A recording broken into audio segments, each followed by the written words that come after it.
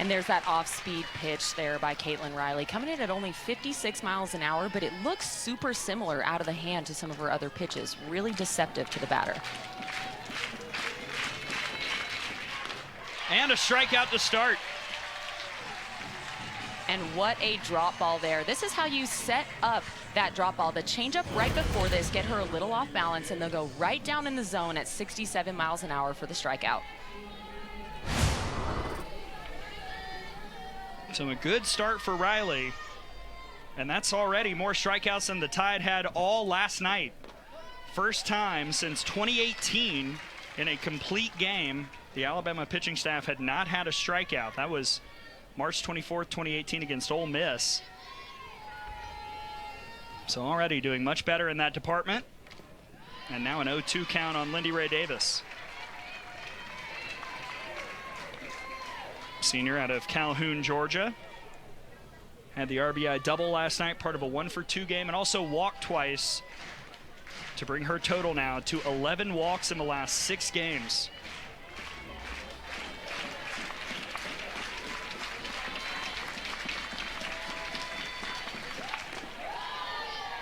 Well, and she's the hitter that you don't want to walk in this Georgia lineup, because that sets up some of their big hitters like Jaden Goodwin to have a good night like she did last night. Goodwin's waiting on deck now.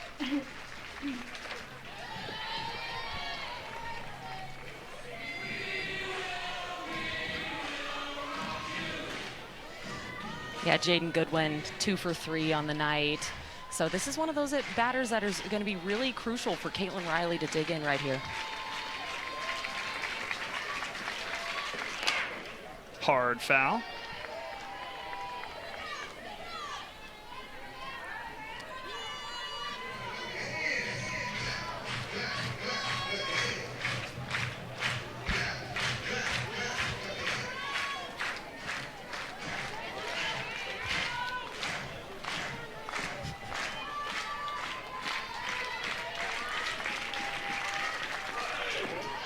Ooh, Davis just got a piece.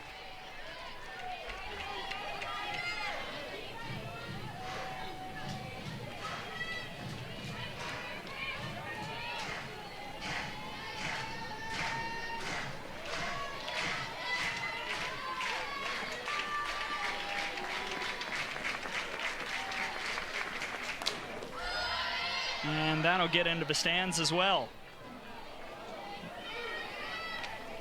Caitlin Riley already working that off-speed more than we've seen her work it in some of her other appearances, and it's such a deceptive pitch because it has a little bit of off-speed curve to it. Sometimes it rises, and it's a little bit difficult to pick up out of the hand. Davis had no trouble with that one, all the way to the wall. She'll leg it out for second, and that's a 1-out double for Georgia here in the first.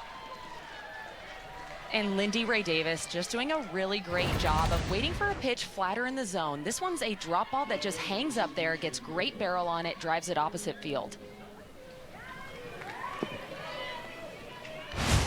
5th double of the year for Davis, 2nd of the weekend. And here is Jaden Goodwin.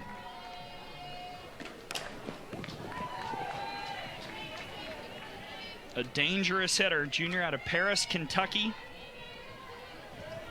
Last night, as we highlighted, 2 for 3, had that sac fly.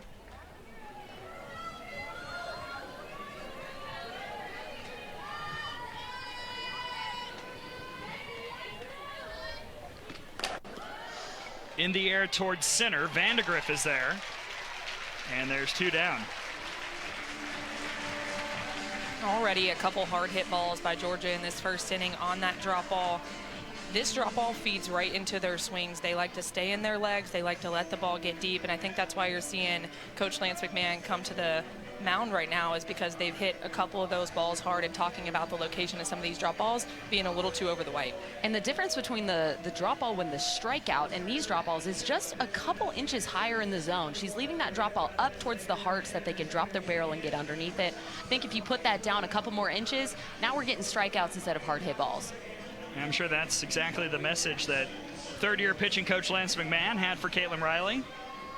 Did a great job with Montana Fouts, Caleb Beaver the last few years. Now working more with a pitch by committee system with this year's staff as Sarah Gordon steps in. Gordon, the Louisville transfer, second year in Athens, junior out of Lexington, South Carolina.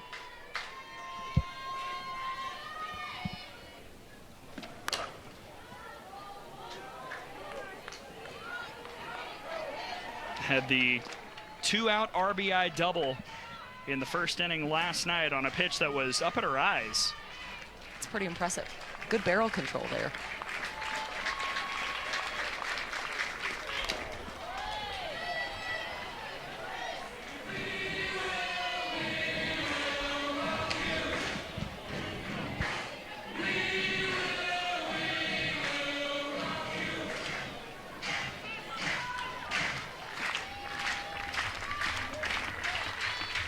Another 0-2, so misses low and in, 1-2. That's the 0-2 location that's going to create success for Caitlin Riley. It's below the knees, down. You're trying to induce that swing and miss. Well, that one fluttered, and Gordon just stayed alive. And to your point, Kaylee, that's that pitch that sets up the changeup next. So that's kind of got her off balance. She watched that drop ball, and now it might have been a ball, but to the batter, that changes your vision a little bit and makes that changeup feel more deceptive.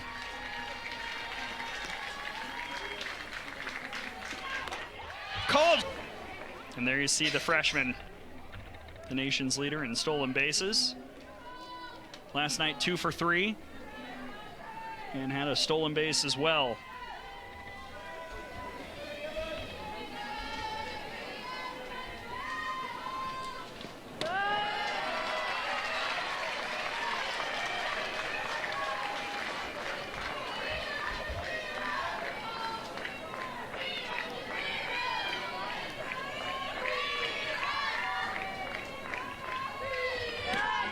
And there's a 4-pitch walk. So Vandegrift is aboard, and that's probably not the start that the sophomore lefty for Georgia was hoping for in the circle. Randy Rolling, who we saw come in last night and finish things off with the save, is getting the start for the Dogs here in game 2. Rolling works a lot of ground balls, uses her drop ball, curve ball, also mix in a changeup. She's new to the SEC, transferring in from Cal, but she's a gamer in the circle. She really brought it last night to close out that game for the Dogs. And we'll see how she responds after that 4-pitch walk. Good first pitch strike to Elistad. Vandegrift over at first, always a threat to steal. There she goes. Good throw, but not in time. 42nd stolen base of the year for Vandegrift. And I think what really sets her apart is her jumps right off the bag. She is so hard coming off that bag, and she's so on time. And that jump sets you apart from other base runners. Teams know she's stealing. They know she's going, and they still can't get her. That's the jump and the speed and the confidence to steal every time she gets on. So that sets up an RBI situation for Brooke Elistad. Transfer from Louisiana, the senior. Team leader in RBIs. And Audrey Vandegrift has more stolen bases by herself than most teams do as an entire team, as a roster. That just tells you how fast she is. And like you said, catchers are already setting up for that throwdown and still can't get her. Well, just to compare, that was 42 for Vandegrift. Georgia has 43 this season as Elistad stays alive. When you also think about having her in your leadoff spot, she gets walked. Her on-base percentage is really good, but she can turn freebies like a walk, a hit by pitch, into a double.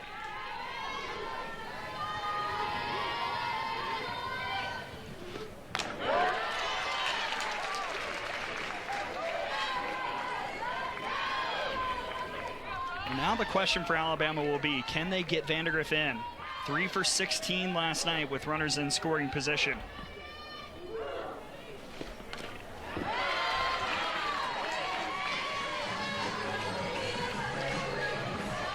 And already for Elistad, an improvement against Rolling. The one time she saw the sophomore lefty was a 3-pitch strikeout.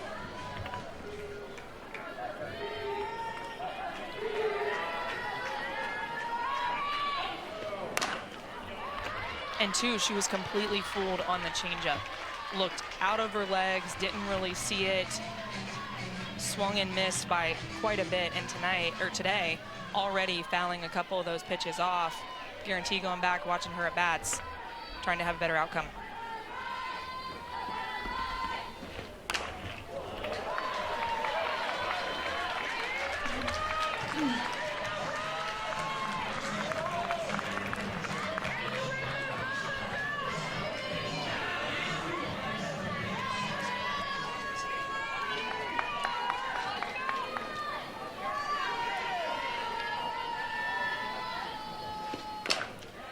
This one is in play, handled by Ellison, but it's a productive out as Vandegrift takes third.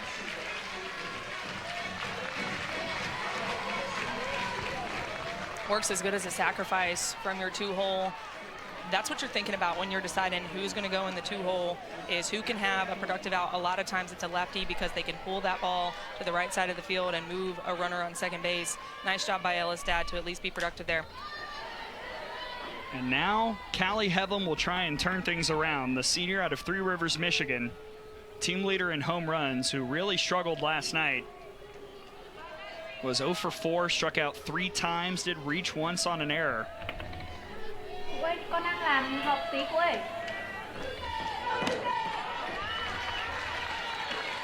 The key for Callie Hevlin, I think, today is being able to bounce back from some of her swing and misses on those changeups. She just seemed a little out of place in the box yesterday, outside of herself. She's normally really good at pitch selection, so see if she can dial that in today.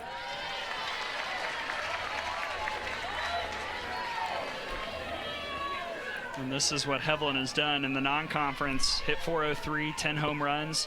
Still a solid .286 batting average in league play, but no long balls as of yet. And that's what Alabama needs from her. She's in an RBI role. She's typically in that 3-4-5 spot.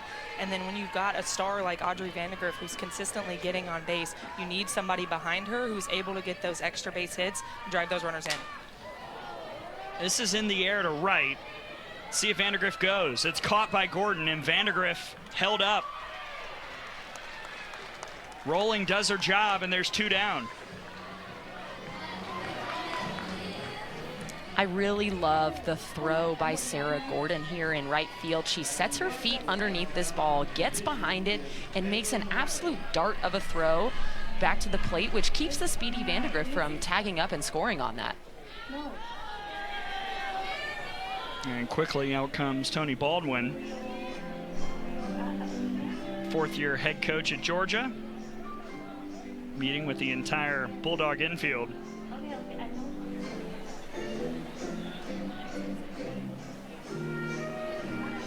You see what he's done with the Dogs. Has been on staff minus a small time at North Carolina since 2011. Associate head coach for years under the great Lou Harris-Champer, and then took over as the head coach and has done a great job with this program. You see the timeline. Volunteer assistant, associate head coach, and now the head dog.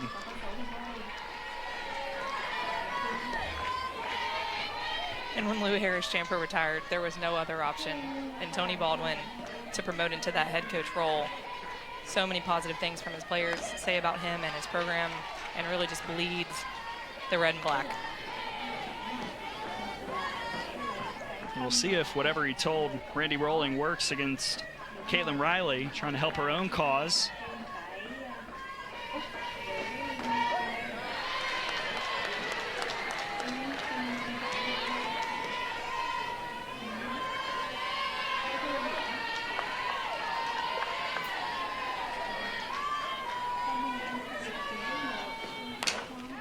Foul ball. Really good job with 2 strikes by Caitlin Riley here to foul off that off speed, just get rid of it. Probably not one that you're going to be able to put in play, but keeps your at bat alive.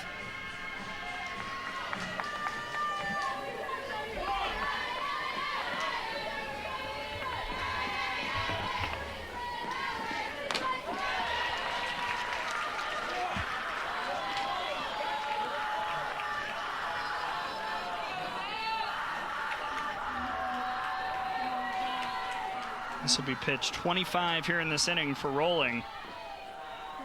Last night she only threw 22 in an inning and a third. And that total will increase after another foul ball. Alabama already making a good adjustment against Rolling here. I think seeing her a little bit better. There you see the stats for her last night, an inning and a third, had a strikeout.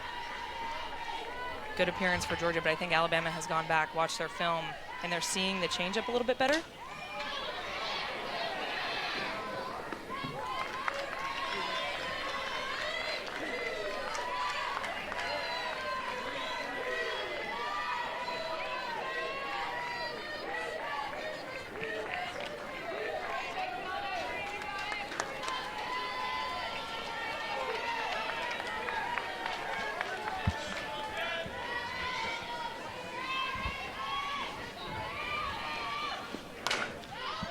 Another 2-2, another foul ball, and once again out of play.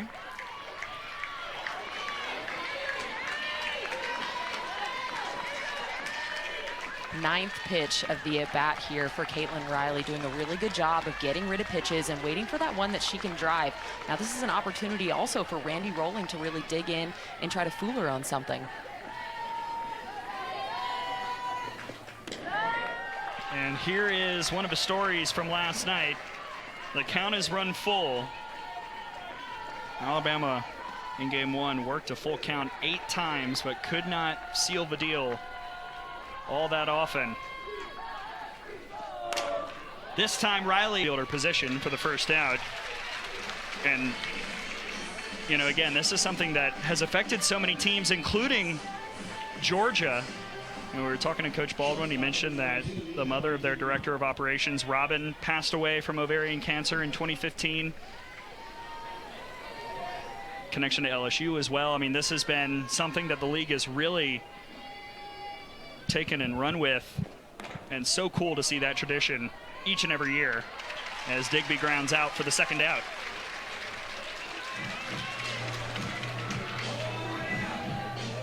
You're right, Gray, and I've loved the spreading of the symptoms and how you can recognize this disease a little bit earlier because it can happen to anybody. Alex Wilcox was a friend of a lot of players that, you know, Allie and I played with throughout the years, and it, like you said, Allie, everyone felt like they knew her, and so it's both honoring her and it's also spreading awareness of, hey, if you're having some of these symptoms, go to the doctor, go get checked. There's no reason that, you know, you shouldn't show up and try to get things checked out if you're experiencing. And wow, Callie Heavlin to end the inning. Pretty quick from Caitlin Riley. We go to the bottom of the second, still tied at 0. Talked about Randy Rolling shut it down, and now getting the start here today, facing 5, 6, 7 in the Alabama order.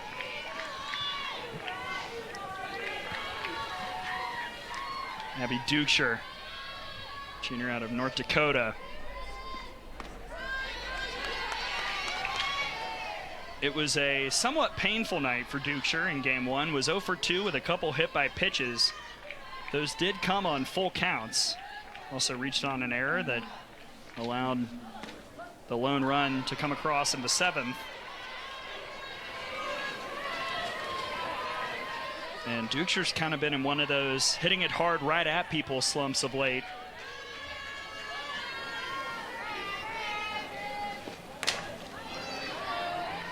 This is one of those moments as a hitter, though, that you have to kind of take the process for what it is.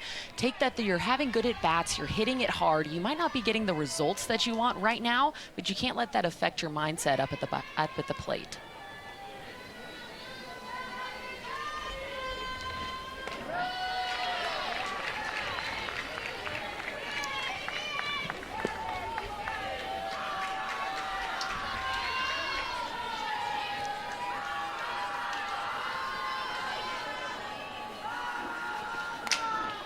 That is high in the sky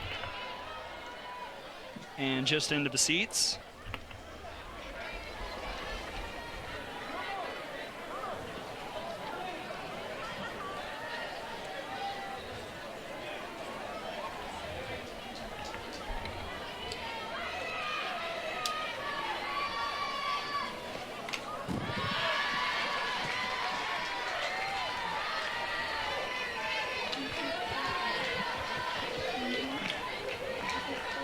kind of a story of this game for the Alabama offense, and really the story of the weekend. A lot of lengthy at-bats. This will be the 8th pitch from Rolling to Dukeshire.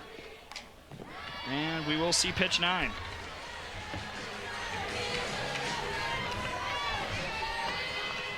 Well, and if you're Alabama, it's how can you turn these long at-bats into hits? Yes, they've taken these pitchers deep in counts, but they haven't had much to show for it. And so it's how can you take those long battles and end up winning them?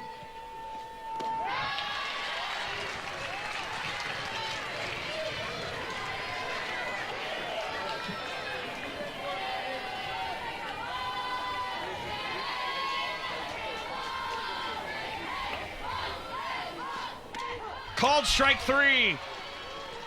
Rolling wins another full count battle, and there's 1 down. Really good. Exactly what I mean by winning a battle. Randy Rolling throwing her backdoor curveball, put it in the middle of the white, but Abby Dukeshire frozen. Strike 3.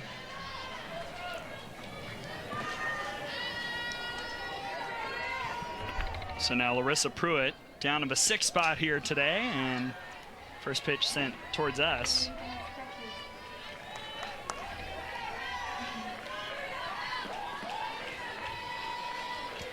Junior out of Hartselle, Alabama, 2nd team All-SEC as a freshman, but trying to get the bat rolling once again. 0 for 3 last night, and just 2 for 21 in the last 6 games.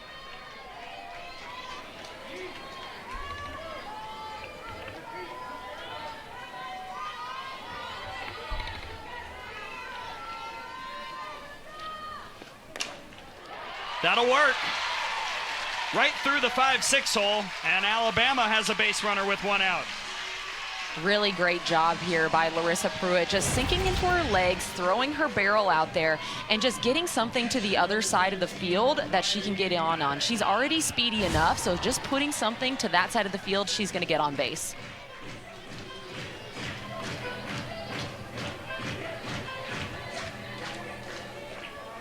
And we'll see if Patrick Murphy decides to send her at some point with Riley Valentine at the plate. Junior out of Phoenix, Arizona. Transfer from Texas A&M a few seasons ago. 156 average on the year, although has been swinging it better of late. Pruitt does take off. The throw is not in time. 13 for 13 in stolen bases is Larissa Pruitt now. These green light girls for Alabama, absolutely fearless on the bases. So good getting those jumps. Emily Digby was already pulled up the middle. The throw a little bit off from Marissa Miller. Not going to get Larissa Pruitt with that one.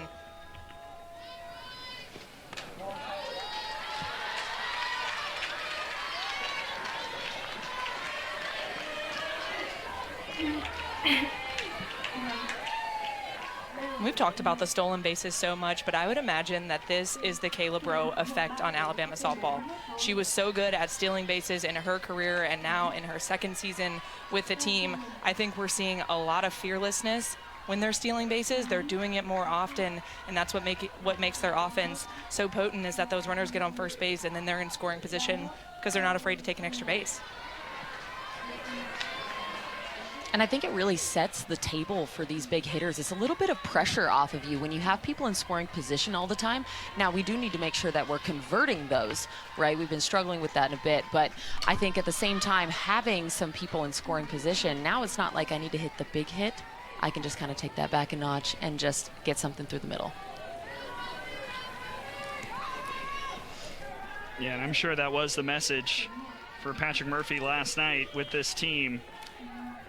Trying to cash in on these chances. Valentine, that is a way to cash in. 2-run homer to deep center. Alabama strikes first here in the 2nd.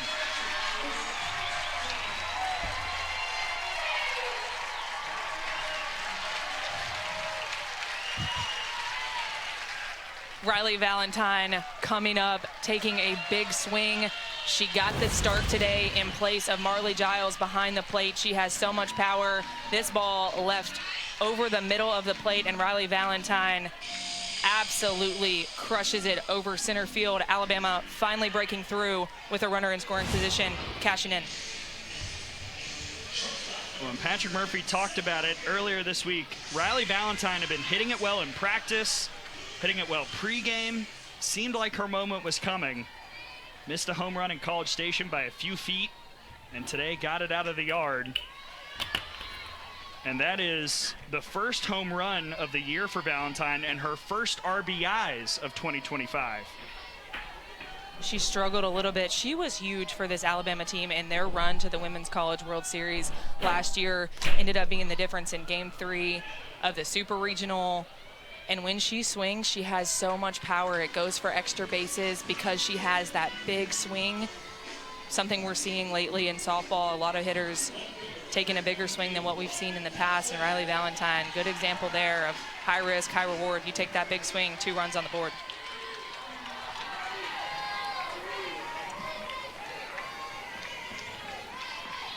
Now Lauren Johnson, after that Hawkins flyout. Lauren Johnson, sophomore out of Franklin, Tennessee, has been strong with the execution the last few games and being rewarded with the start here today.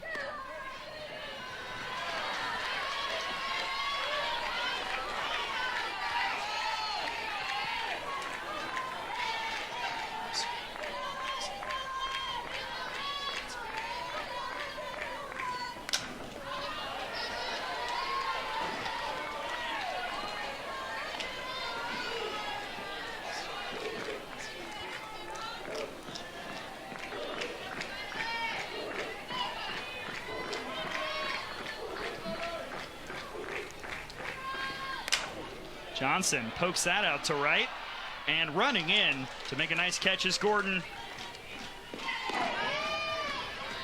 And for teams that want to go deep in the SEC, make a run in the conference tournament, make a run to the Women's College World Series, it's these types of innings where you have the opportunity to respond. Alabama punched you in the mouth with a 2-run home run. How does your team come back? And it doesn't mean that you have to score a run. It's how do you approach and make some noise and get some momentum back for your team. Well, and that's a stat that we track. We call it the response stat around here. It's when you answer with runs immediately after the opponent. And Georgia this season, 17 of 47 in answering back. And really, that's a momentum stat. It's a way to grab the energy in the game right back on your side if you're able to answer quickly after the opponent. But Riley has momentum herself. 3rd strikeout of the game, and there's 1 down. Really great drop ball here by Caitlin Riley. Just going to pull the string, and it's still coming in at about 65, 67 miles an hour right underneath the bat of Paisley Allen. And going right at the strike zone. You see it there, lots of strikes. And also keeping that leadoff off base. We saw Georgia get the leadoff on quite a bit last night, and that gives them a lot of offensive options. Caitlin Riley already working to get the leadoff out multiple times here today. Now facing Dallas Goodnight. She had a strong showing in Game 1. Alabama transfer out of Tacoola, Georgia. 2nd team all-conference last year, was 1 for 2 with an RBI and a triple.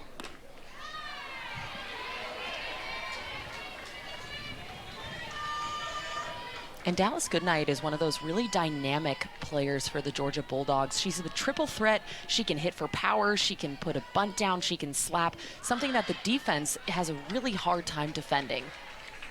Well, and we talked about it last night. She's a player that's really benefited from some of the lineup shifts that they've made as of late, putting Tyler Ellison in the leadoff spot. Dallas Goodnight used to occupy that spot. Now she's in the 9-hole, getting some more favorable pitches, and she's taking advantage of it. And now, Goodnight will see the first 3-ball count from Riley here in this game. Also a very dangerous base runner is Dallas Goodnight. And she will reach on the walk.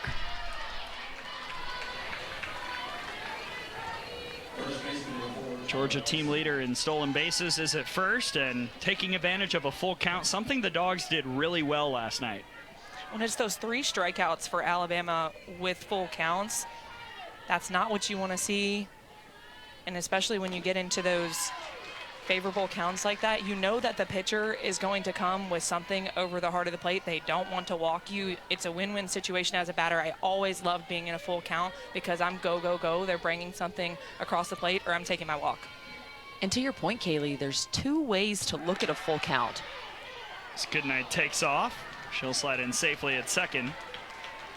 In a full count situation, as a batter, you can think of it as I have the advantage, she has to throw to me, or you can flip that and think of it as, oh no, I'm a full count, can't give up a walk, got to get a hit. And I think if you put yourself in that aggressive mindset, if she has to come to me, then you have the advantage.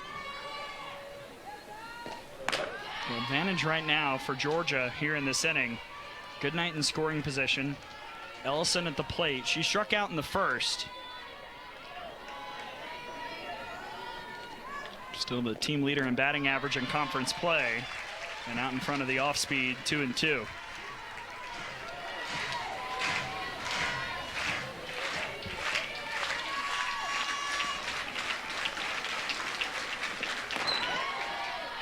And here we go again, another full count.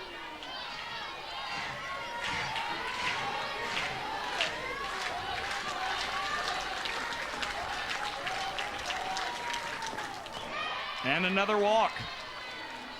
Back-to-back free passes surrendered by Riley. And Georgia definitely threatening to answer here in the third. And once again, it's not just the walks, it's untimely walks. You've now put 2 speedy players on base, Dallas Goodnight, Tyler Ellison, and you're bringing up Lindy Ray Davis, who had a big double last night. She can hit for power in that 2-hole.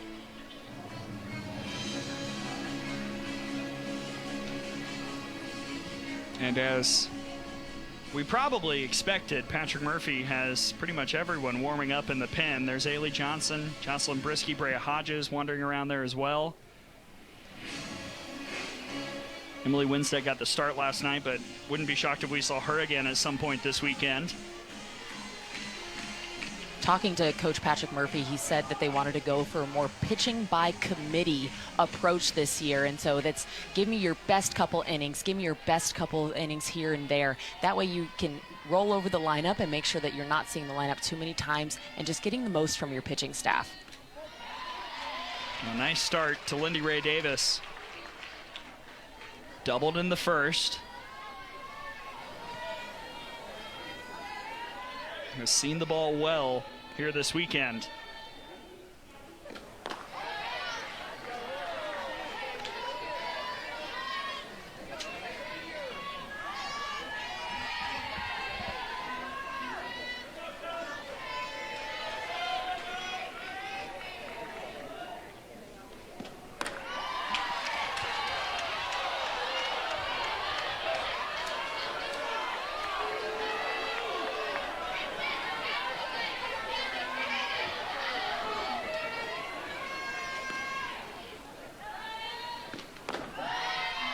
Three and one.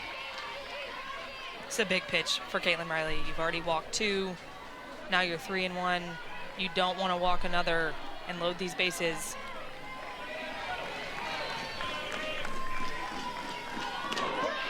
Full count.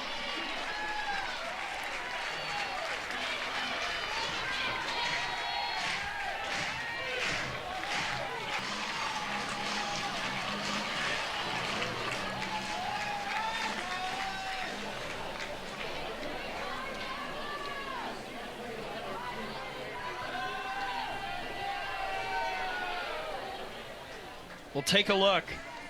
Hevlin made the flip to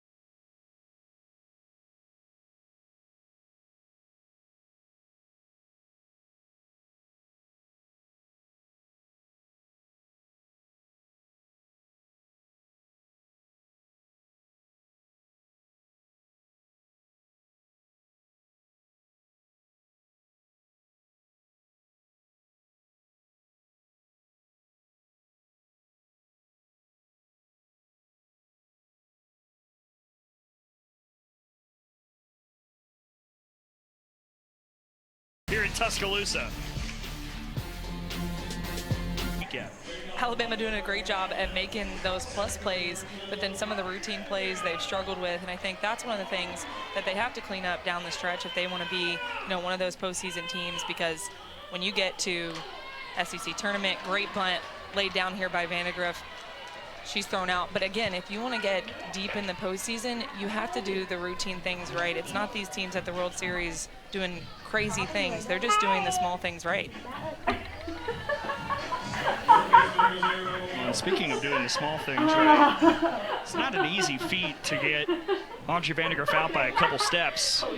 That's exactly what Mua Williams just did at third, and now one out for Brooke Elliston.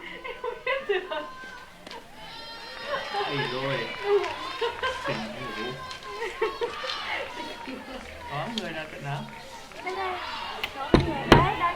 Người á? Ừ, không thấy. Không thấy dưới ạ. Tìm ra ở đây. FBNB hôm qua thì có. Well, check. She did not go. 2-0. Nha! Đập đầu xong rồi kêu. This is a big inning for this Alabama offense.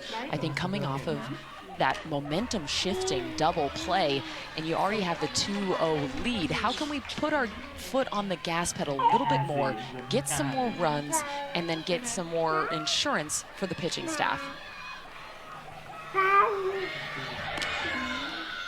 Well, 4-pitch walk. That'll help. Celestad heads down to first base, and I think, Ellie, you're exactly right.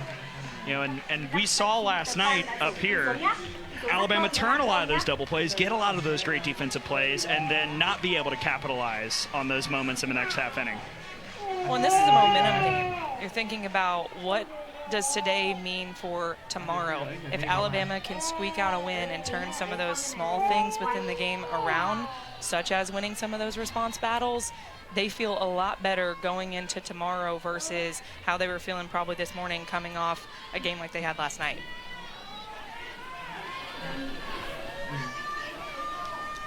Có, anh chưa ăn đâu. Kelly Hevelin looking for a response of her own. Flew out in the first. Still hitless on the weekend. And very interesting, you would typically think lefty pitcher, righty batter be advantageous for the hitter, but entering this game, righties were hitting 202 against Rolling. Lefties were hitting 258. That's typical of what we see in softball as well. Usually when you see a lefty pitcher against lefty batters, it's that matchup that those lefty hitters struggle with because they're not used to seeing a lot of those curveballs running away. They see a screwball from righties, but curveballs from lefties bite a little bit more and have a little bit more run to them. So see lefty hitters struggle against lefty pitchers quite a bit.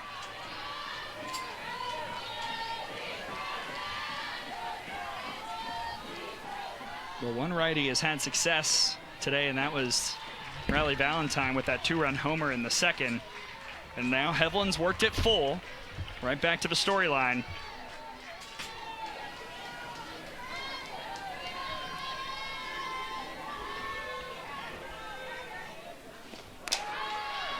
It was a hit and run out to center field.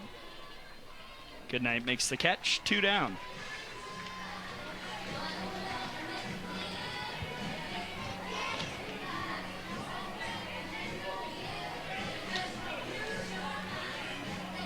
And out comes Tony Baldwin to have a word with Randy Rolling.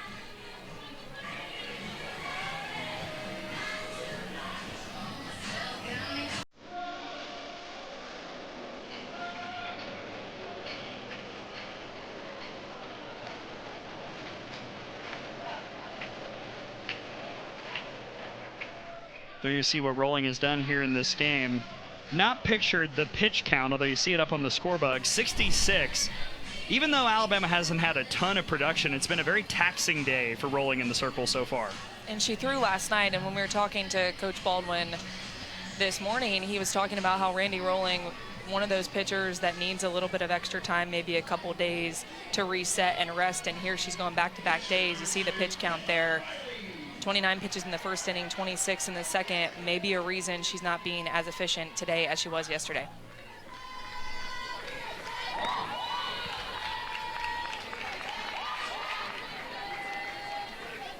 Now facing off against Caitlin Riley, who flew out in the first.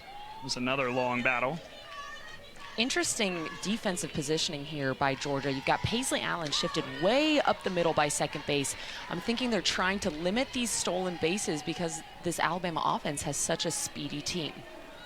Well, it could also be that Caitlin Riley, one of those what we call DPH, she likes to pull, take things into that 5-6 hole, trying to take away her pull power side. Oh, the throw was not there. Elistad stumbled, but she gets the stolen base. And even with the defensive adjustment, Alabama still has a runner in scoring position. Alabama still being so aggressive on the bases. This is what you want as a catcher, Allie, right? That ball is up, it's elevated, but she still makes an errant throw. A little acrobatics from Brooke Elistad. Runner in scoring position with 2 out. And now a 4-pitch walk to Riley.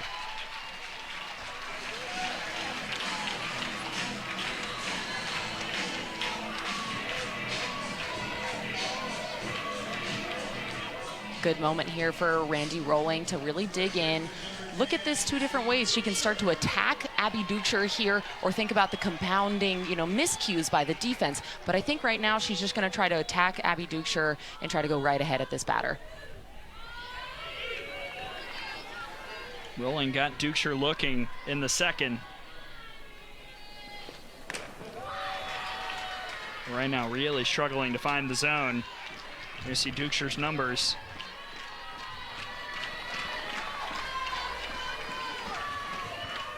Is hitting .324 this year with runners in scoring position.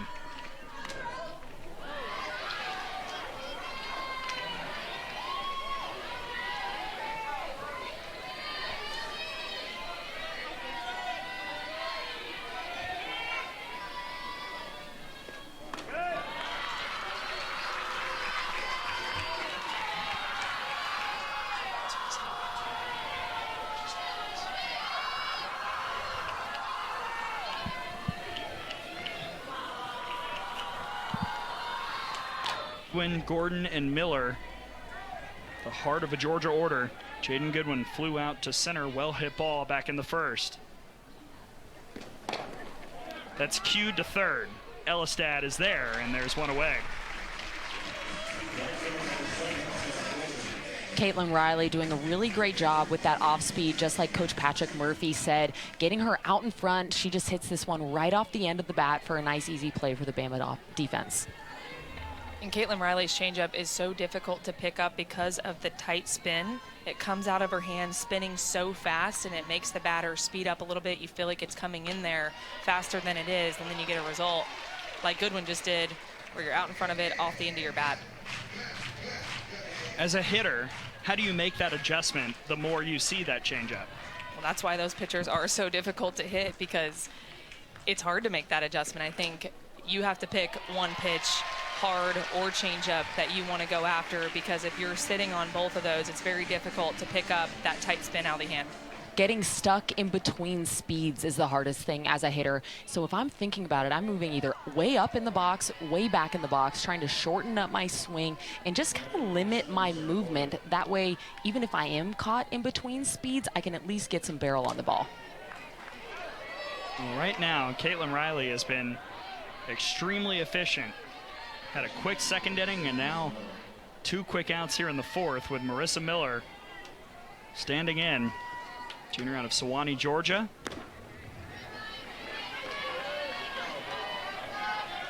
Here on All for Alex Day across the SEC. Great tradition picked up by the league. Recognizing Alex Wilcox's impact on the softball community and her fight against ovarian cancer. That's why you see all the teal on the field.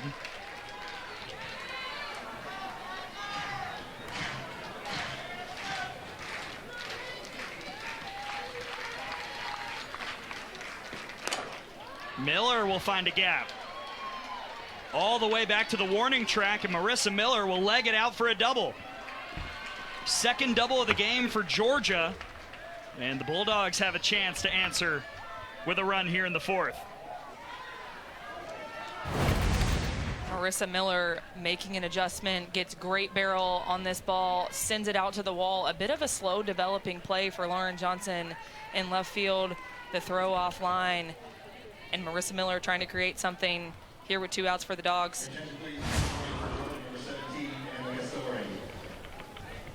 Emma Castori on to run at second base.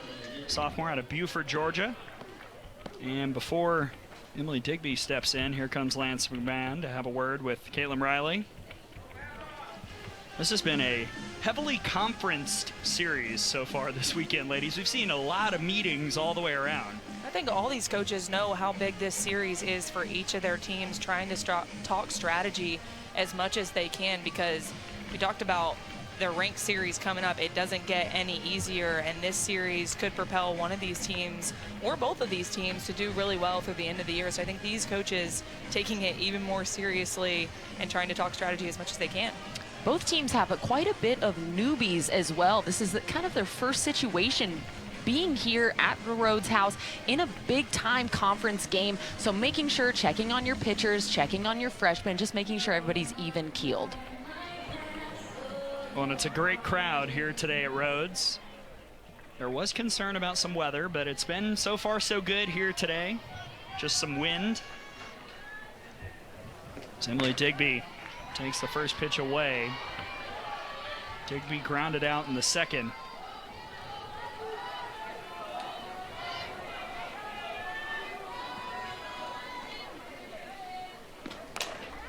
Really great work here by Emily Digby. Not doing too much, just getting something to the green that she can score a run on.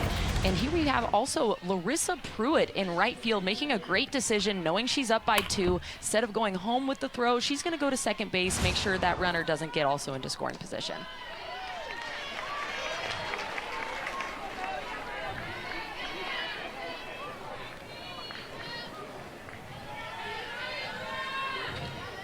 Now the freshman, Mua Williams, quickly 0-2. Patrick Murphy said in the interview right before this inning, wanted to avoid the yo-yo softball, but Georgia's got to run up here in the 4th.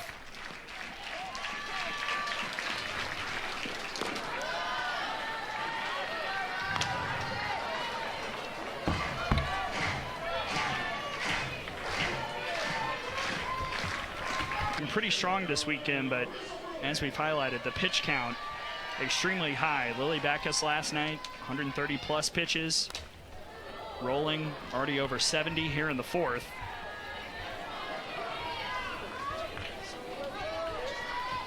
And Pruitt ended a little mini slump with that single in the second. Came in to score on the Riley Valentine 2-run homer.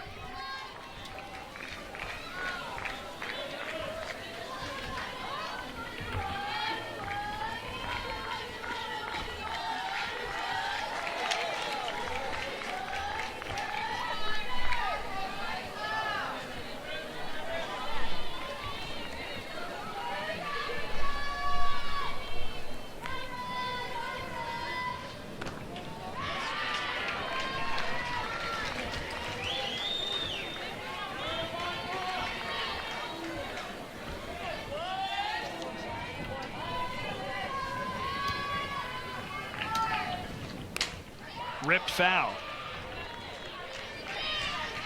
A couple changes for the Bulldogs defensively.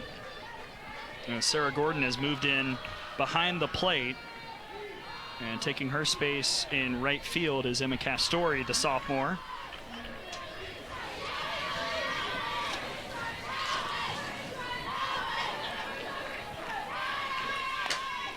Pruitt smokes that to left, and on the run is Goodwin. Nice catch to rob Pruitt of a hit.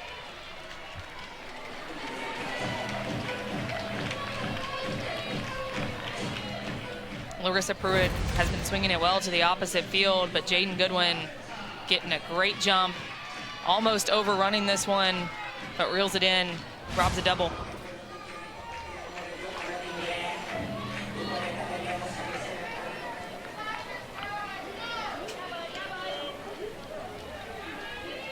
Now in steps Valentine.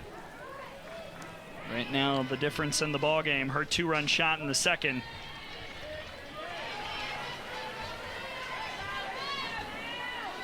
And we talked so much about the full count storyline. That was on a 3-2.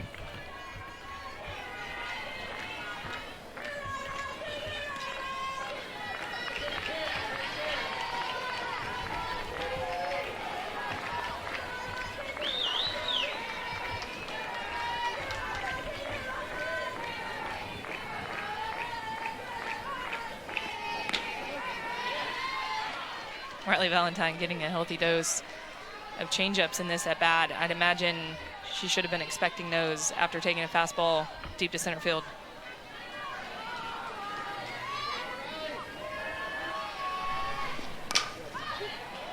This won't leave the yard as Goodnight steps in to make the catch for the second out. Riley Valentine just a little out in front on this ball. I think that's the difference between last at-bat's home run and this at-bat's fly out. Off the end of the bat, leaning out on her front leg a little bit too much. Credit to Randy Rowling keeping her off balance. This would be a really important quick inning for Rowling, not letting Alabama answer here in the fourth, and also trying to keep that pitch count a little bit more manageable with Hawkins at the plate.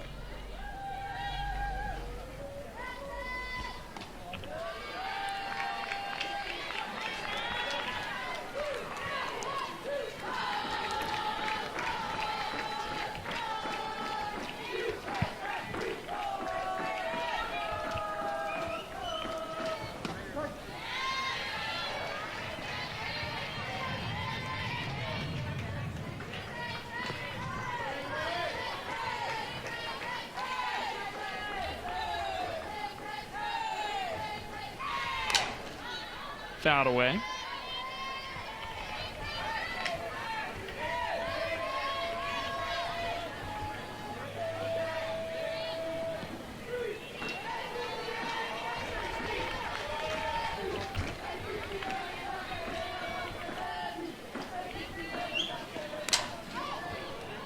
In the air towards left field.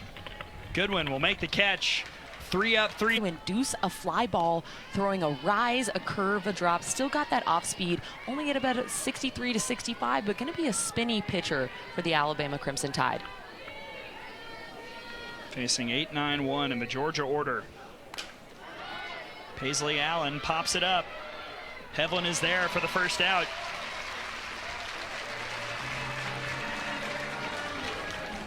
It's exactly what you said, Allie, inducing pop-ups. Good thing about Brea Hodges for Alabama is those only 3 innings pitched on the season, because not a lot of film on her. She's a freshman, so potentially the Dogs not knowing what to expect with Hodges in the circle. Dallas Goodnight. Tough play for Hevlin, but she makes it. Hodges has come in and done her job so far, 2 down. Really good job here by Callie Hevlin, charging on this ball, making sure that she keeps time management in the back of her head, because Dallas Goodnight is really speedy, quick transfer, quick release, getting Goodnight out. Right to the top of the order with Ellison. Coming into this game, Brea Hodges had thrown 2/3 of an inning in conference play. It was back in Game 1 against Mississippi State. Vâng, thì cho xuống. Vâng.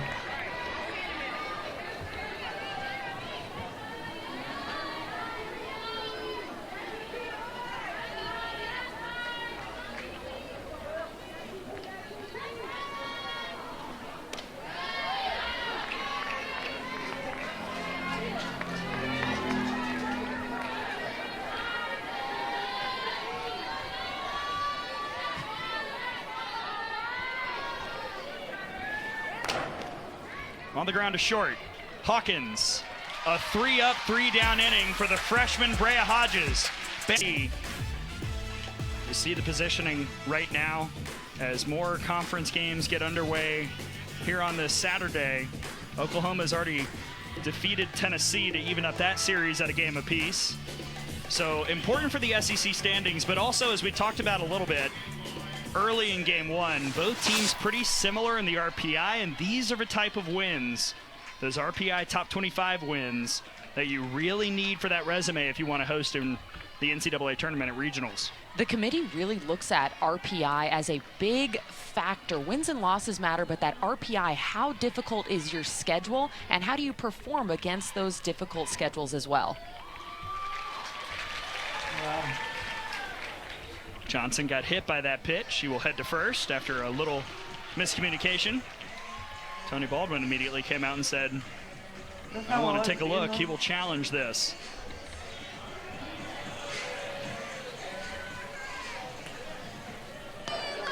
The ruling on the field is a hit by pitch. That is being challenged by Georgia.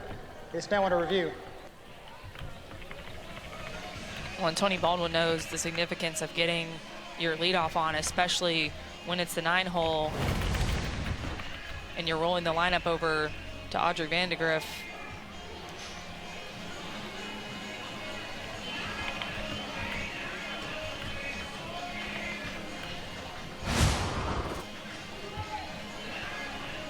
I'm struggling to see it there. I don't know. That one was hard. You know, if it hit anything, it might have hit that Evo shield. I think I do see a little change of direction. I think I do. And the question could also be, did Johnson maybe stick that elbow out a bit? Randy Rolling watching her right now. She looked a little confused watching the replay as well.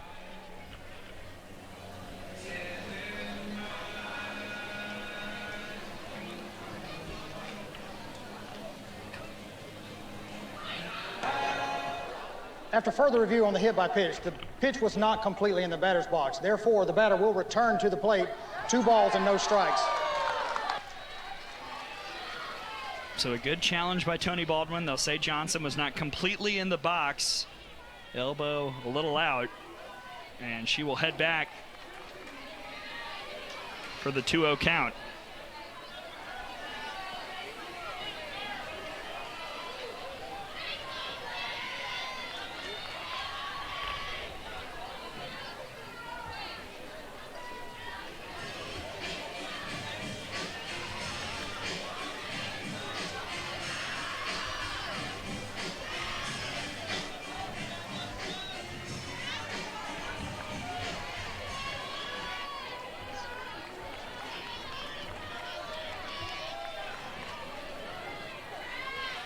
So Johnson back in against Rolling.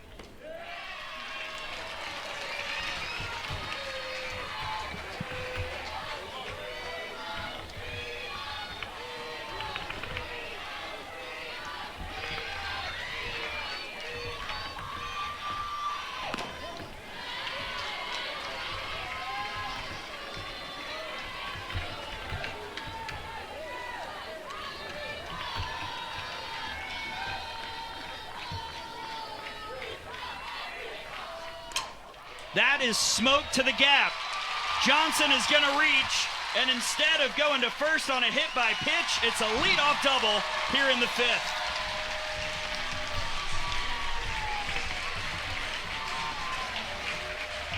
Johnson not hit by the pitch, not awarded first base, so what does she do? Takes a curveball out of the hand of Randy Rolling, over the heart of the plate, drives it into the left center gap. She'll take 2 instead of 1, get herself into scoring position.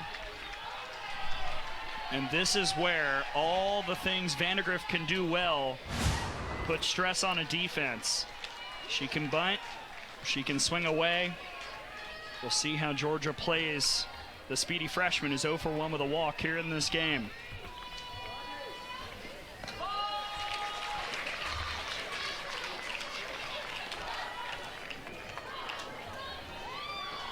Well, you're exactly right, Gray, because the infield pulled in, but she has that power, and if she puts something in a 3-4 hole, 5-6 hole, it's going to be very hard for anyone. Oh, what a catch! The throw is a little wayward, and that was almost a spectacular double play by Georgia. Instead, just 1 out.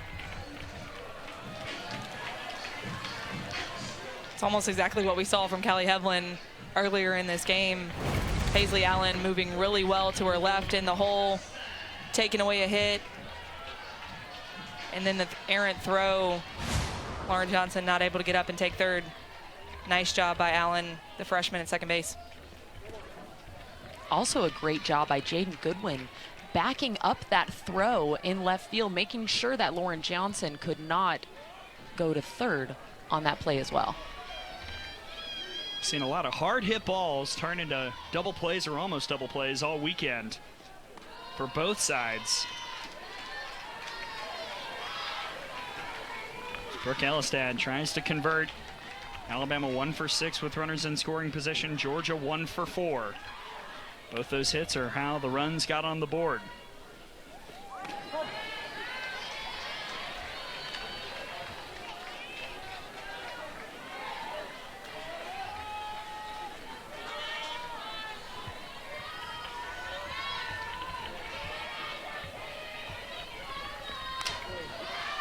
That's popped up into the seats. And that was pitch 100 for Randy Rolling.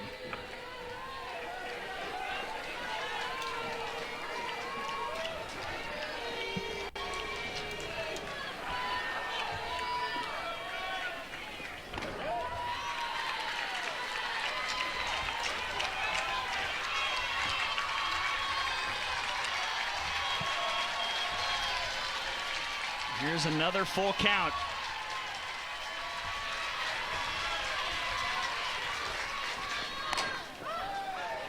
Out to right. Castori is there.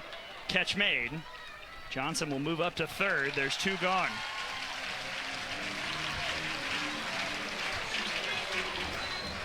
Number 1, a great pitch by Randy Rolling, jamming Brooke Elistad up, but also Lauren Johnson realizing that this ball is deep enough for her to tag and advance to third on. And such a good 3-2 pitch as well, because you get her to swing, and I actually think that was a ball. Probably would have been called ball 4, but it's close enough to the zone. Elistad has to swing, can't do much with it. This would be really good work by Rolling after that leadoff double to not let a run come in. Facing Callie Hevlin.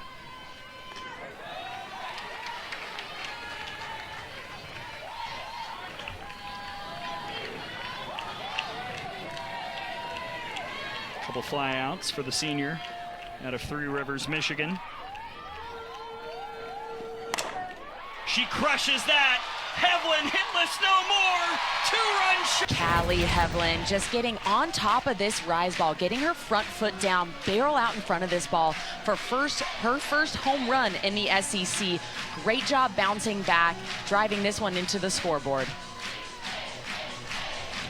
The team leader in homers now has 11 on the season, and that'll spark a pitching change for Georgia. The Tide with 2-run shots in this game, and will step aside as Rachel Gibson comes in for Georgia, trying to get a third out here in the 5th.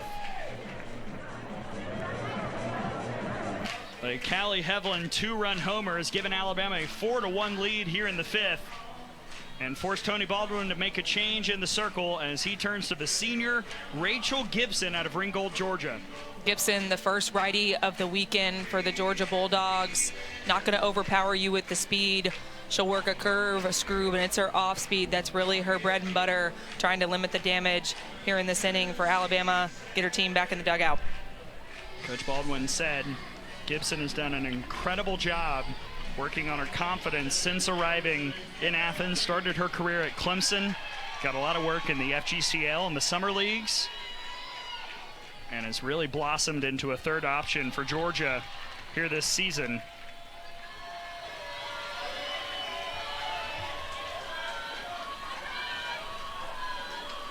Comes in with nobody on base, 2 outs, and Caitlin Riley at the plate. Coach Tony Baldwin talked about just that her versus her mindset, trying to just get herself into that competitive drive. And he said she got her first win in Florida, and it made him almost emotional because of that connection that he's built with Rachel Gibson. It's just the kind of coach that Coach Baldwin is too. Very connected with his players, wants them to succeed, and an advocate for women's sports in general. Riley. That one high, 3-0. ơi.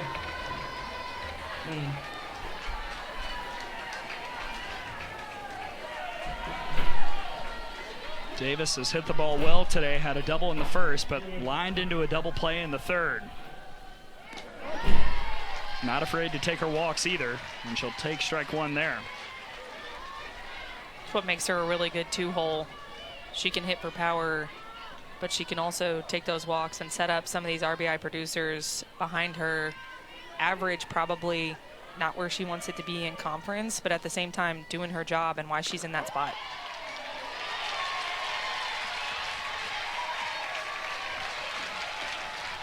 Really good take there by Lindy Ray Davis. It is called a strike, but I don't think 3-1, that's one that you want to swing at. I think that's a great take. Now a payoff just outside. Hodges wanted that one, but it's ball four. Well, and Hodges is a freshman, one of her first opportunities in the SEC. This pitch, it's outside, it's on that chalk. Not going to get that in this conference.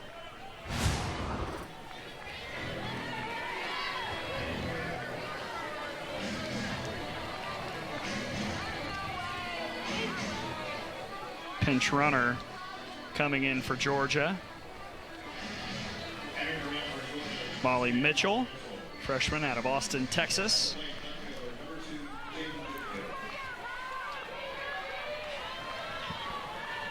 Jaden Goodwin now.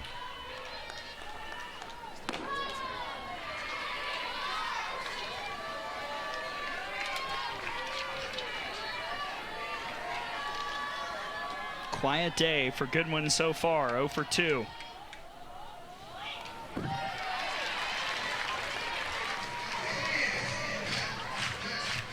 This is the batter that Georgia wants up in this moment right now, though. She went 2 for 3 yesterday. Really, really quality at bats at the plate, 31 RBIs. Let's see what she can do here. Waited on the change and fouled it.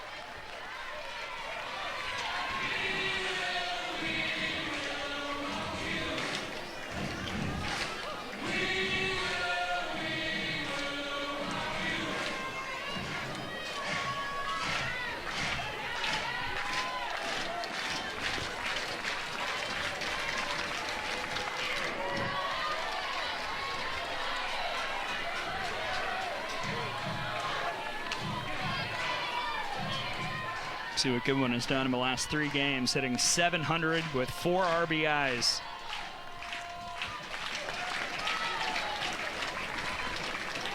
Time for the team lead in home runs. In the air, it'll be the new center fielder, Kristen White, for out number 1.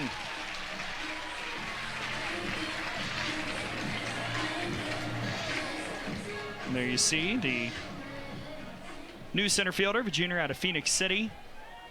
And Vandegrift has moved over to the left in place of Lauren Johnson.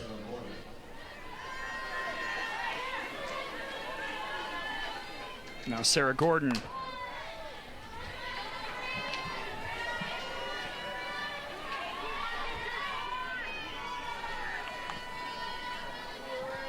Struck out looking back in the first. Hard line out in the fourth. It's kind of been one of the impressive things, ladies, all weekend. We've just seen, even the outs, a lot of loud outs, a lot of just hard hit balls all series long. Lots of just quality at bats, long at bats, making these pitchers throw a ton of pitches, waiting for the right one, and then barreling them up. They may not be settling down for hits, but putting the ball in play hard eventually will pay off. That's where I feel like after the game last night, Georgia had to be feeling really good. Yes, they only won by 1 run, but they were unlucky quite a bit with some hard hit balls against the Alabama pitching. And sometimes that's just the way that it works out. It's a game of averages. You might get a dribbler for a hit, and then, you know, you hit a scorcher and get out. Gordon will take the walk. The second walk of the inning by Hodges. Tying run will come to the plate for Georgia here in the 6th. And the 6th inning has been an issue for Alabama here this year. Overall, only outscoring opponents 37-33 in the 6th. this season. And now Patrick Murphy will come out with Castori about to hit. And a change is a-coming for the Tide. Trying to stop this stat in wins, outscoring opponents in the 6th by 22 in the losses. It has not gone well, minus 17 the scoring output. And so with 2 on and 1 out, Patrick Murphy will turn to Jocelyn Brisky. The sophomore will look to get out of trouble. Alabama leading by 3 when we come back. On 1 out for Georgia, trailing by 3 runs, so Alabama will go to the sophomore righty Jocelyn Brisky. We saw her in relief last night. Went 4 2/3, 4 hits, 2 runs, 1 earned, couple walks, no strikeouts, and it's going to be really important for her to control the zone here today. Absolutely. A big thing for Jocelyn Brisky is the command in the circle. She's going to throw a drop to both sides, low to mid 60s, but it's going to be that confidence, that leadership in the circle that the Alabama Crimson Tide is going to need from her.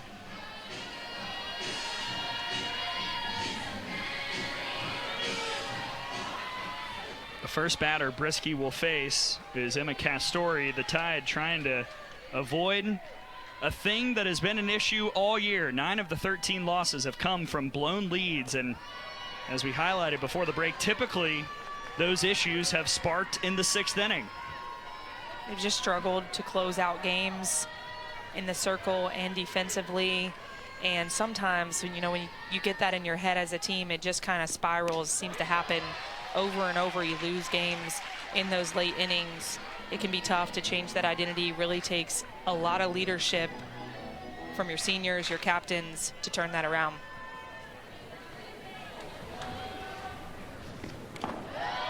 Good stop by Ballantyne, 2-1. To your point, Kaylee, a lot of that leadership has to come from the circle. You know, whether you like it or not, your pitcher on the mound dictates the aura, the momentum of the rest of your defense. So that's a big thing for the Alabama Crimson Tide in these 6th innings, is having a leader in the circle for them. And I don't think they've had the pitcher develop yet who comes in and closes the door. That's what you need, somebody who late in those games, they've had the Montana Fouts, the Kayla Beavers, who you can count on in a starting role and also in a closer role. Back to Brisky. There's out number 2. That almost got a little squirrely, but 2 in scoring position with Emily Digby stepping in. And this is the moment for Jocelyn Brisky. Runners on 2nd and 3rd. You just came in. A hit here scores 2 runs, and out, and you're out of the inning. Very big momentum at bat right here. Strike 1 to the sophomore. Decula, Georgia native. RBI single her last time up.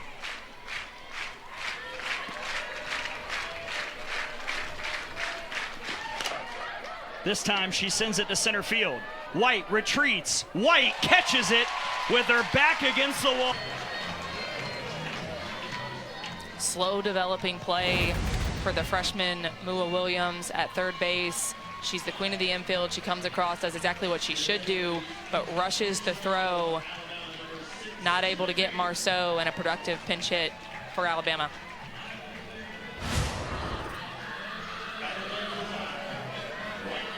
Error charge to Williams.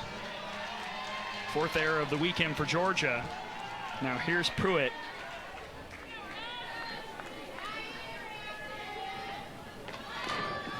Pruitt bunts it foul.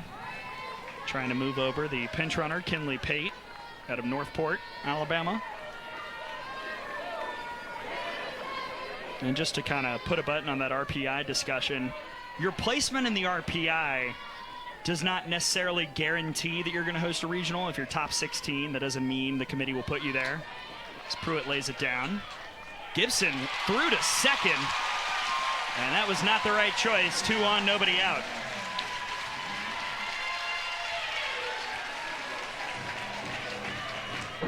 And it'll bring up the player who got it all started for Alabama, Riley Valentine, and her 2-run homer in the 2nd. Riley Valentine, big momentum swing for Alabama, setting the tone at the beginning of this game.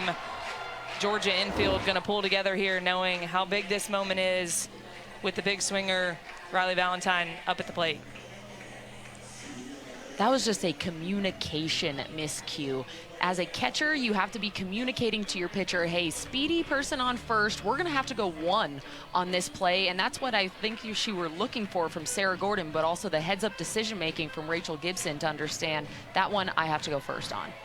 When Georgia has relied on Lily Backus and Randy Rolling for a lot of innings this year, so it's not just the inexperience pitching-wise, it's the inexperience defensively as well. Not a lot of those opportunities to field bunts, and that one just rushed a little bit.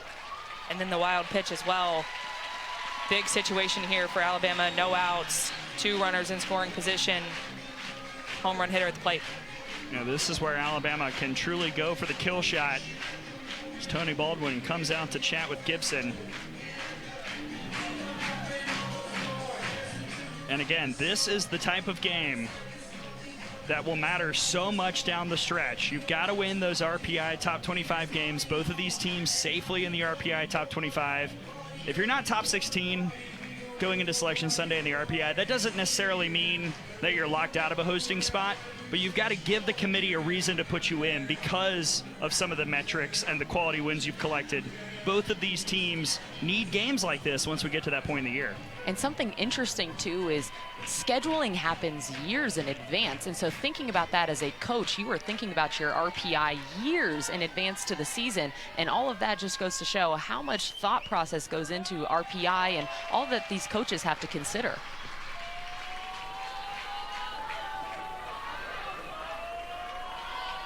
Right now, Alabama trying to get one more big hit.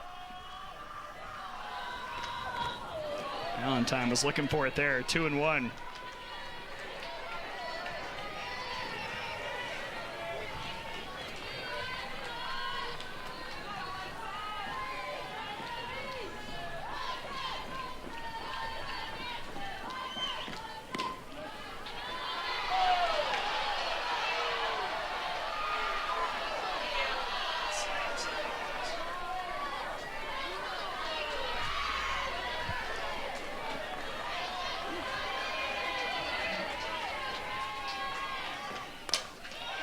Foul ball.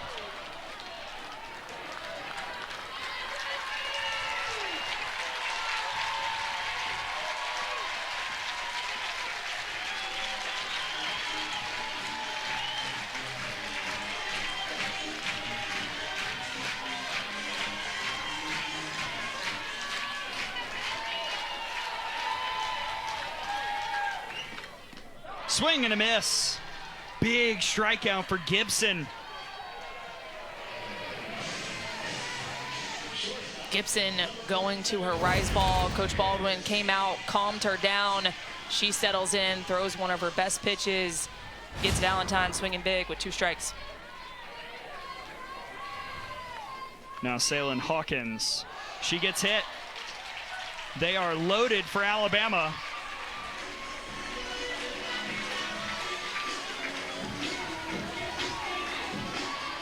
And for Lauren Johnson.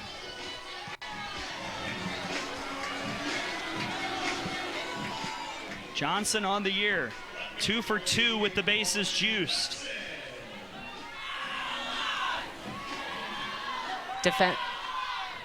Defensively for Georgia, you're going to see them move in the infield. That way they can set up this double play. There you see the situationals for both teams. Alabama done really well getting the leadoff on. But again, it hasn't really been great for either team. I think for Alabama, it's just the 2 big swings, 2 2-run home runs that have put them in this position. Yeah, sometimes that key hit, if it's big enough, it can really be the difference. Lauren Johnson looking for one now.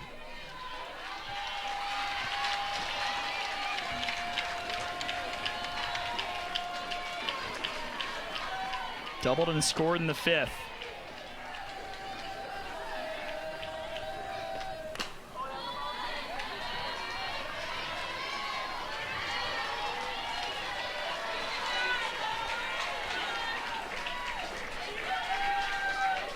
.545 average with runners in scoring position. Got the start today. and she'll cash in. That was dropped. Hawkins is out at second, but a run does come in, and Lauren Johnson takes advantage to make it 5-1. Really great job here by Lauren Johnson. You just talked about her batting average with runners in scoring position. Drops her barrel down to this drop ball, gets underneath it, and then not much you can do on the base running here from Saylin Hawkins. Tough play, but really great job by Lauren Johnson.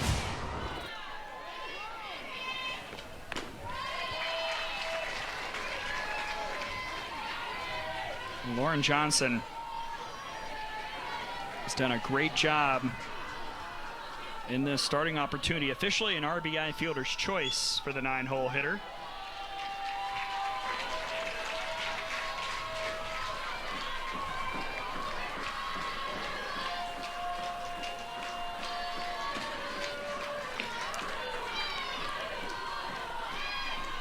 Audrey Vandegrift takes the change for a strike.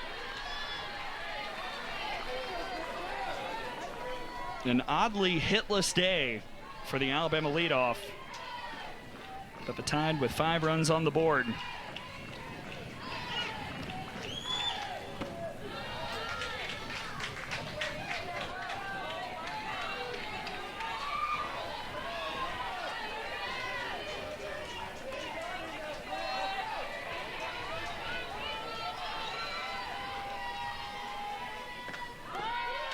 Ball 4. Loaded yet again.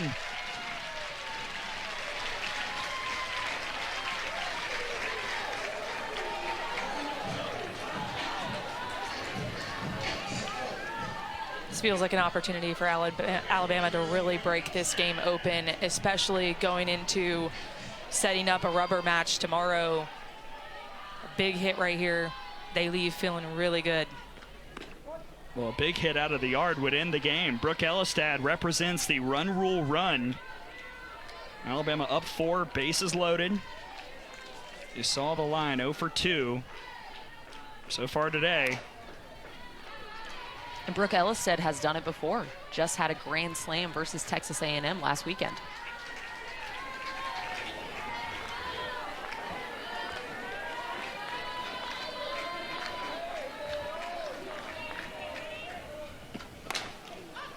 That's poked towards foul ground and out of play.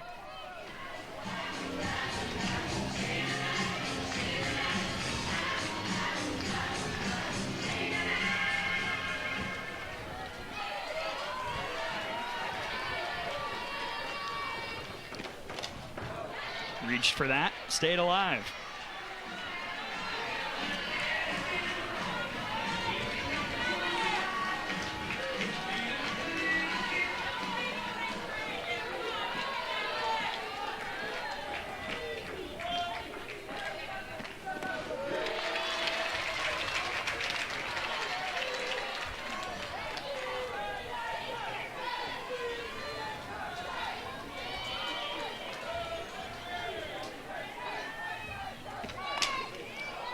Out to center field.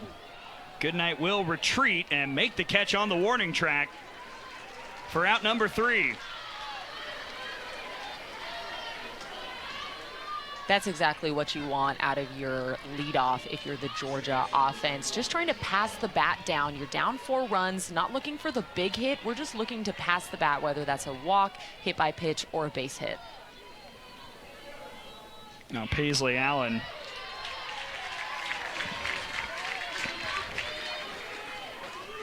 .0 for 2 with a strikeout and a foul out. Georgia just trying to give themselves a shot, get that tying run to the plate. Oh, wow, Hawkins. Nice job snaring it, but there was no play, and suddenly, just like that, 2 on, nobody out. Paisley Allen using the ground to her advantage. Hit right back up the middle. And exactly what you were saying, Allie, not doing too much, passing the bat. Back-to-back hits for the Dogs.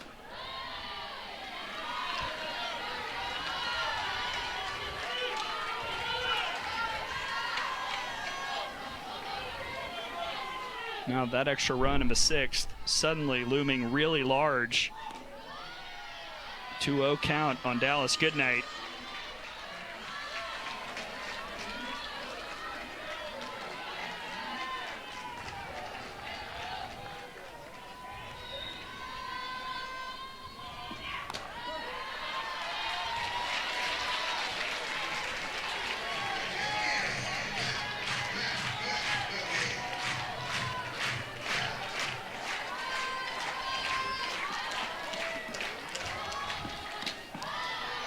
Brisky missed her spot, 3-1. Well, this has been what Alabama has struggled with this year, closing opponents out.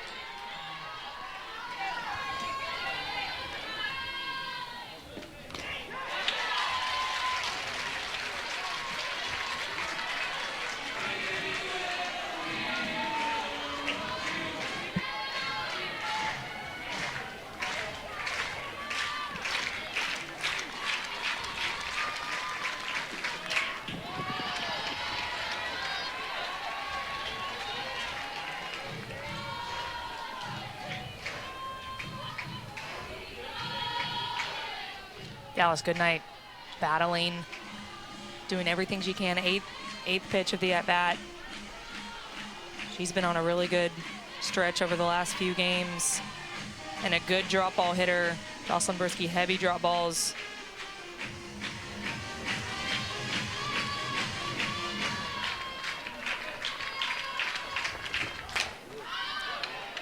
Popped up.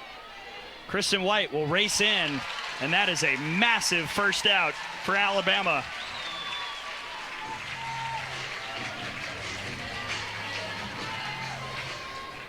Brisky winning the 3-2 count, huge to get Dallas Goodnight out and kind of take a little bit of that momentum back. Felt like it was getting heavy on Brisky and the Alabama defense.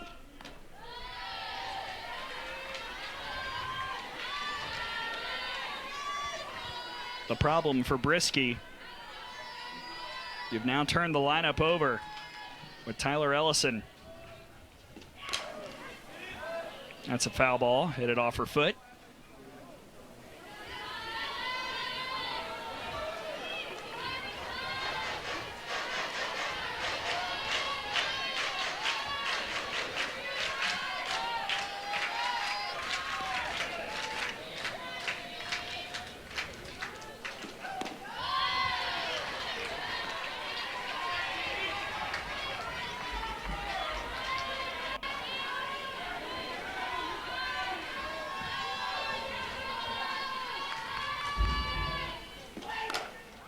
Ellison towards center field. White backs up.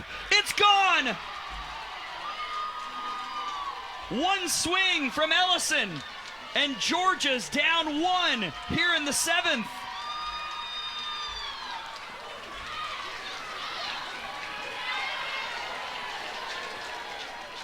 Tyler Ellison has been quiet all weekend. She is one of Georgia's best hitters in conference. She gets an elevated pitch on the inside half of the plate, absolutely blasts it. And now we've got a really interesting one here in the 7th inning.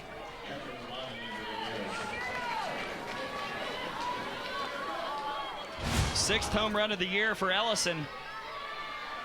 That ties Gordon and Goodwin for the team lead.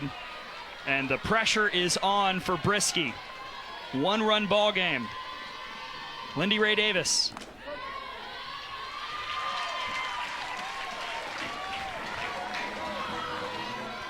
And Davis has hit the ball really well. 1 for 2. That out was a line out double play. Walks back in the 6th.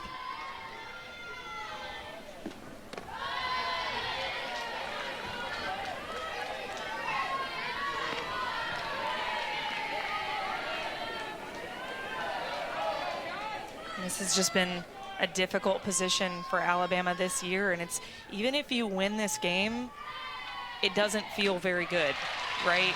The pressure is on, and it's all about those small battles within the game. Georgia feeling a little bit better going into tomorrow, even if they don't win, having made this a close one.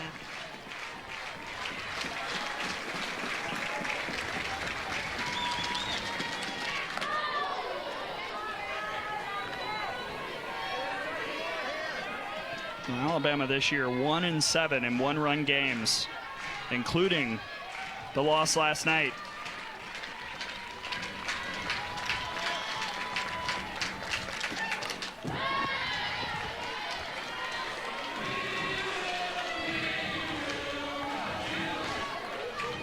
You're seeing lots of fight out of this Georgia offense right now. Really great at bats, passing the bat down, but also putting a toll on Jocelyn Brisky, seeing a lot of pitches and fouling things off.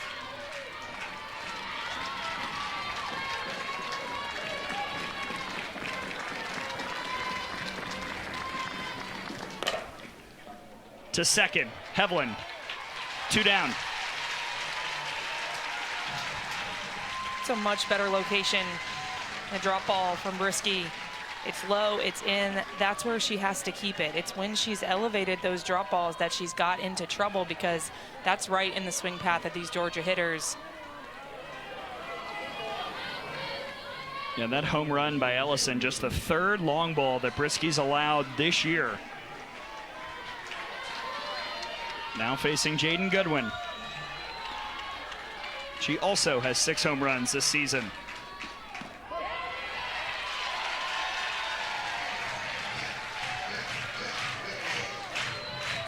Oh for 3 today.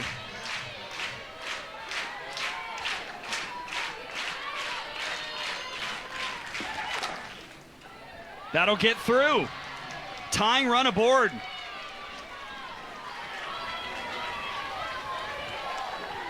Once again, it's those elevated pitches. The pitch before that, elevated. That pitch, elevated over the heart of the plate. Goodwin can do a lot more damage than she did on that pitch. Need to see Brisky be a lot more fine with the strike zone against Sarah Gordon. Go ahead run at the plate now. And how about the work Georgia's done in the 7th this weekend? Entered this series with just 3 runs in this inning all year, 4 across in 2 games. On the ground, Hevlin bobbled to first. Ball game. Oh, it got squirrely, but Alabama